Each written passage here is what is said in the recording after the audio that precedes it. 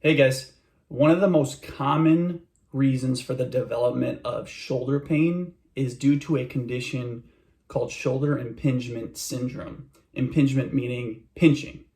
And typically, this pinching happens at the tendon of your supraspinatus muscle, which is part of the rotator cuff. So just a little bit of anatomy to kind of orient us here. So you have your upper arm, your humerus, and then you have your scapula, or your shoulder blade back here. And coming off of your scapula, there's 4 rotator cuff muscles that insert on various parts of your humerus. And where your humerus and your shoulder blade scapula meet is called your glenohumeral joint in here. So that allows us to have all this pain-free range of motion stuff in there within that joint. So the job of the rotator cuff muscles is to stabilize and center the humerus in that glenohumeral joint. So how it works is they all work in different ways and fashions. So as we lift that arm up, the humerus actually kind of depresses down towards the ground as we raise the arm up, so that it's not riding up too high up into this area and causing a pinching sensation.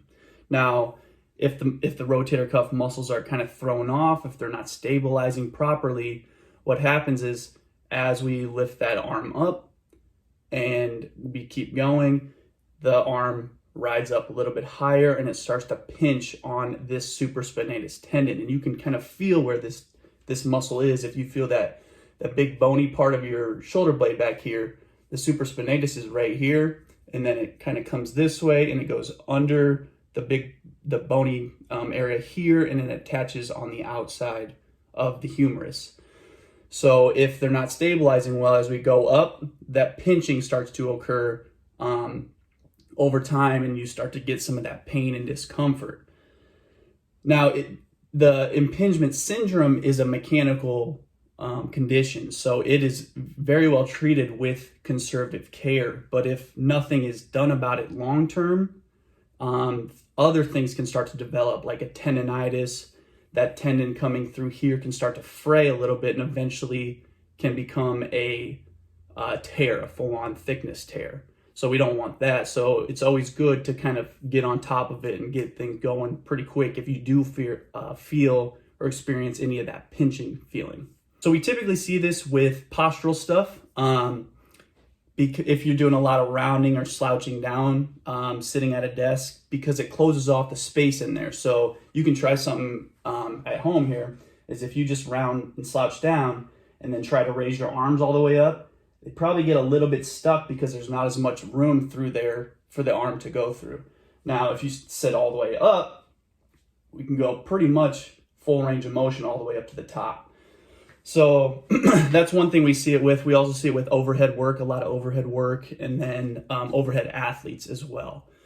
So there's a couple tests you can do if you do feel like you are getting some pinching through there. You can try these at home and see if you do still get the pinching sensation there. So the first one is just we're going to raise our arm all the way up to the ceiling, basically. So not necessarily right in front of you and not all the way out to the side, but right in the middle there. So about 45 degrees out.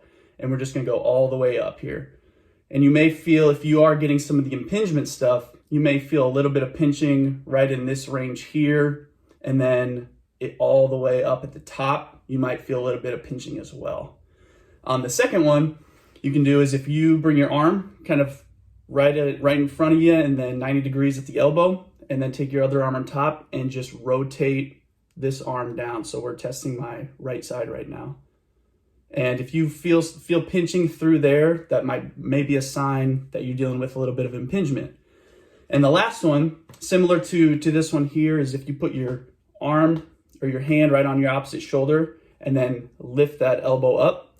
If you get any pinching feeling through there, it might be another sign of impingement syndrome. So this is very treatable conservatively, but if you feel like you have severe weakness or you can barely even lift that arm up, it's probably a good sign that this is not impingement syndrome.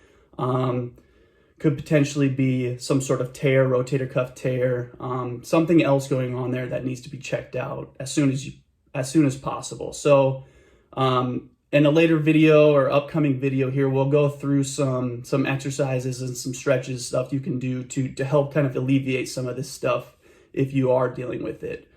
So thank you for watching. If you have any questions, let me know, and we will be back soon with something new.